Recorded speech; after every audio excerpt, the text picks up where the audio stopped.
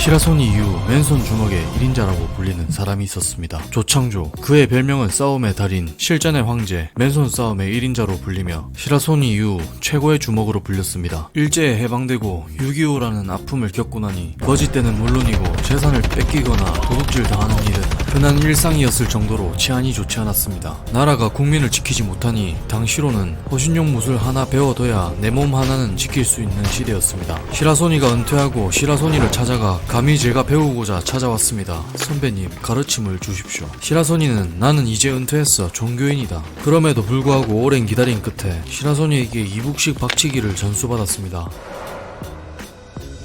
그렇게 대구 김천 구미를 장악하고 서울 염천시장 쪽 거지왕이라 불렸던 김춘삼 쪽 패거리를 제압합니다. 조창조의 소문은 전국적으로 퍼져갔습니다. 하지만 왼쪽 주먹만 피하면 이긴다는 소문이 돌면서 이 소문을 들은 사람들은 조창조에게 찾아와 결투 신청을 합니다. 하루에 3번 정도 싸웠습니다. 그렇게 먹고 살기 힘든 시절 호남에서 조창조를 형님으로 모시겠다며 조창조 아래 호남계 동생들이 들어왔습니다. 대표적으로 조양은과 김태촌이 그렇습니다. 이렇게 세력도 커지면서 당시 서울을 꽉 쥐고 있었던 신상사파와도 대결을 합니다.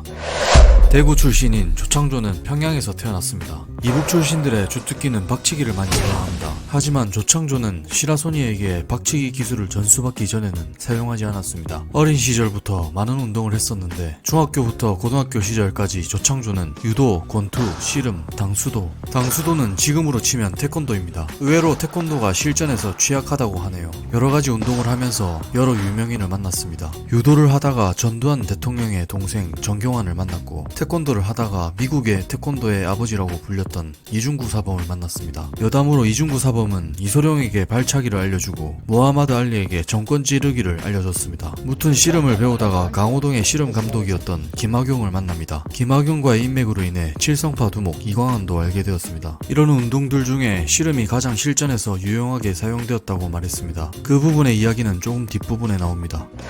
실전은 체급이 있는 것이 아니라 체급에 상관없이 실제 무기든 상대를 만날 수도 있고 어떻게 될지 모릅니다. 칼든 상대와도 대결을 피할 수 없을 때에는 해야 합니다. 그게 말이 되나 하겠지만 실제 그렇게 살아온 단 한 사람이 있었습니다. 계속해서 찾아갔지만 빈번히 거절당했습니다. 은퇴하셨지만 저도 이북 출신입니다. 저에게도 가르침을 주십시오. 고향이 같다는 말에 시라소니는 2가지를 알려줍니다. 먼저 이북 사람들이 많이 쓰는 박치기 기술을 알려줍니다. 시라소니에게 배운 것은 박치기뿐만 아니라 마음가짐을 배웠습니다. 아무리 다수라도 상대가 무기를 들어도 절대 기세가 꺾이지 않아야 하며 항복할 생각 자체를 하지 마라. 나는 살면서 항복하는 법을 배우지 못했다. 상대에게 등을 보이는 순간 끝이다. 그래서 어떻게 한 번도 지지 않았나? 조창조는 이렇게 말했습니다. 그저 운이 좋았을 뿐 은둔 고수들은 아직도 많습니다. 하지만 지지 않으려고 몇 가지 노력을 했습니다. 권투 잘하는 사람은 유도 기술로, 유도 잘하는 사람은 씨름 기술로 상대를 무너뜨렸습니다. 유도는 상체를 세우고 넘기는 기술이지만 씨름은 상체를 숙이고 들어가기 때문에 중심이 잘 잡히고 자세가 훨씬 안정적이라 실전에서 탁월합니다. 게다가 어떤 운동을 배웠다고 해도 흥분하게 되면 결국 막 싸우게 되는데 그때 가장 좋은 운동은 씨름. 그 당시 주짓수와 같은 해외 무술이 들어오지 않았을 때라 씨름은 아주 치명적입니다. 강호동의 전성기 시절 그 아무도 못 건드렸다는 말은 일리가 있어 보입니다.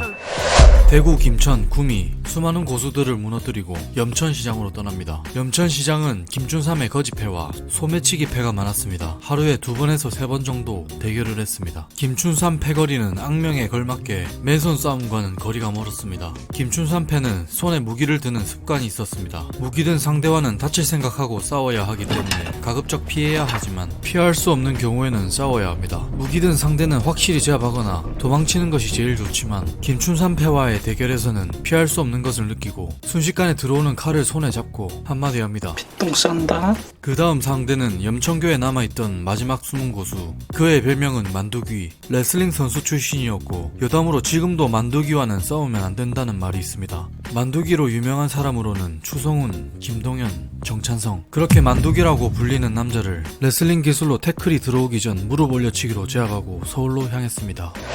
70년대 초반 경제성장이 가속도가 붙을 무렵 서울에 가야 출세한다는 말에 전국 각지에서 사람들은 몰려들었습니다. 그때 호남 주목들이 상경하며 호남에서 올라온 호남파는 조창조에게 찾아와 식구가 되고 싶습니다. 저희를 받아주십시오. 돈이라면 얼마든지 챙겨오겠습니다. 하는 말에 조창조는 돈이 전부가 아니다. 같이 배고프고 같이 도망다니고 같이 죽을 뻔하고 그래야 형님 동생 식구가 되는 거다. 그렇게 자연스럽게 규모가 커지면서 명동의 신상사파가 득세하던 시절 무교동은 호남계였습니다. 신상사파와 다툼으로 인해 조양은의 선배가 병원 신세가 되었습니다. 이때 조양은은 주먹에는 자신 있다며 제가 선봉에 서겠습니다. 그렇게 서울에서 제일 강했던 조직 신상사파를 공격했습니다. 이 사건이 바로 사보이 호텔 사건이죠. 이 사건을 계기로 호남계 주먹들은 급성장했습니다.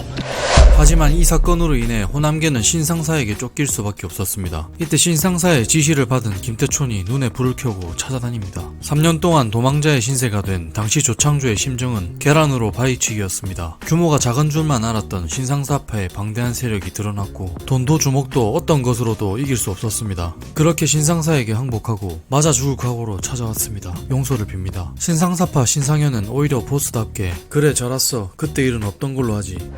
전설이라 불리던 사나이 조창조는 최근 팔순잔치도 하고 자서전적 소설 전설이라는 책을 출간해 세간의 관심을 받고 있습니다. 싸움의 달인 조창조의 이야기 여기까지입니다. 구독과 좋아요 부탁드립니다.